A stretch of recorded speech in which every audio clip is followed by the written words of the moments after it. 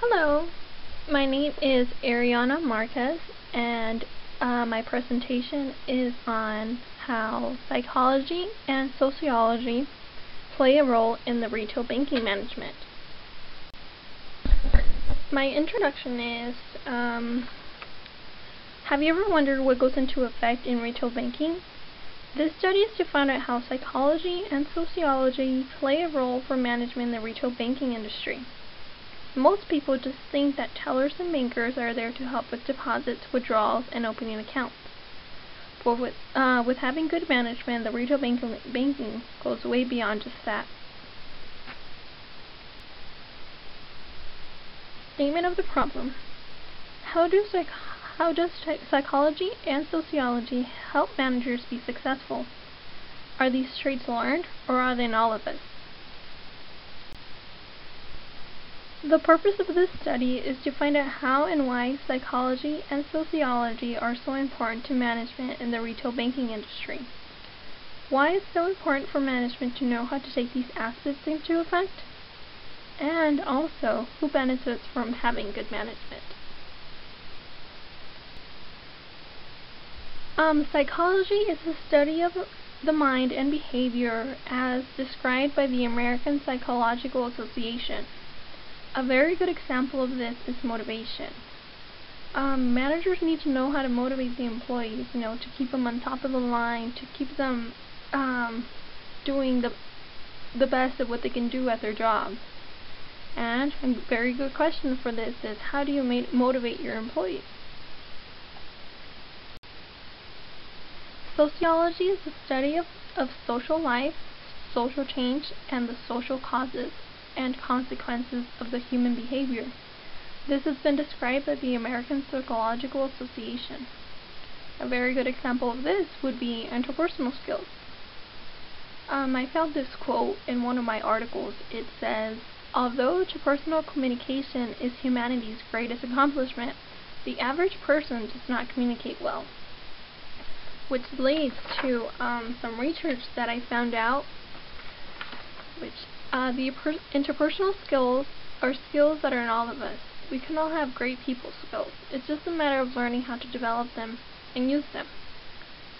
As an article about the interpersonal skills says, listening is not the same thing as hearing.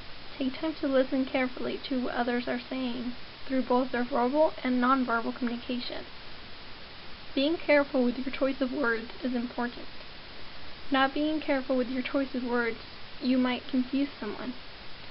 Knowing that communication can go wrong will help you pay more attention to what you are saying, as well as your choice of words.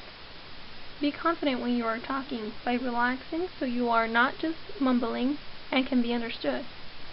Showing eye contact and smiling will help with showing you are confident. Show interest in your conversation by clarifying and asking questions. By staying positive, more people will like you and listen to you. Nobody likes a negative Betty. Look at things from different points of view. They might help you with seeing things in different ways and possibly getting a better understanding. Learn to not get too stressed out. It is a good interpersonal skill. Express yourself in a way that is not too aggressive and others understand. Learn from your mistakes and look back so you won't make the same mistakes again.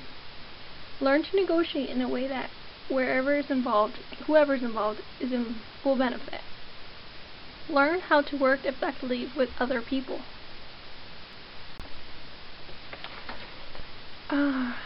Knowing your role as a manager is really important, knowing what you have to do every day, and not just knowing your role, but also knowing the teller's role, the banker's role.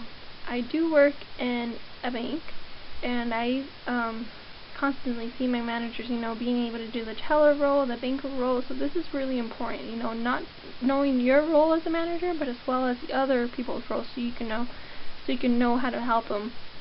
Another important thing is to take all your skills into effect. Knowing how to use them at the appropriate time, knowing how to communicate correctly. Everything is really important when you are a manager. Questions or hypotheses that came up with my research are, What skills are required to become successful in management in the retail banking industry? Are interpersonal skills in all of us, or are they learned? How is psychology an impact to management in the retail banking industry? How is psychology an impact to the retail banking industry? The hypothesis for the study is that if management has good skills and knows how to apply psychology and sociology, they will be successful in what they do.